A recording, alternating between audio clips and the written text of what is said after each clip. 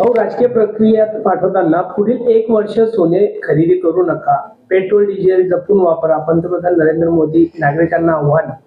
परदेशी उत्पादन खरेदी करणं बंद करा. 1 वर्ष सोने खरेदी करू नका, पेट्रोल आणि डिझेल वापरू नका, कमीत कमी वापर करा, मेट्रोचा प्रवास जास्त करा, असं आपल्या देशाचे पंतप्रधान नरेंद्र मोदी यांनी केलेलं आहे. काय सांगणार भाऊ? आखाती देशातील युद्ध हे 3 महिन्यापासून सुरू झालेलं आहे.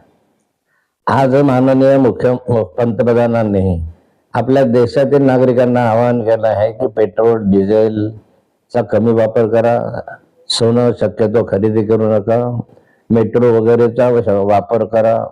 आत्ता माननीय पंतप्रधानांनी घोषणा केली किंवा आवाहन केलेलं आहे जनतेला. हे उशिरा सुचलेलं शहाणपण आहे. आधीच आवाहन केलं तर याचा अधिक चांगला परिणाम झाला असता. पण तरीही माननीय देशाच्या पंतप्रधानांनी केलेलं आवाहन हे देशाच्या हिताचं असल्यामुळे त्याचं पालन साऱ्या नागरिकांनी करावं अशी माझी विनंती आहे.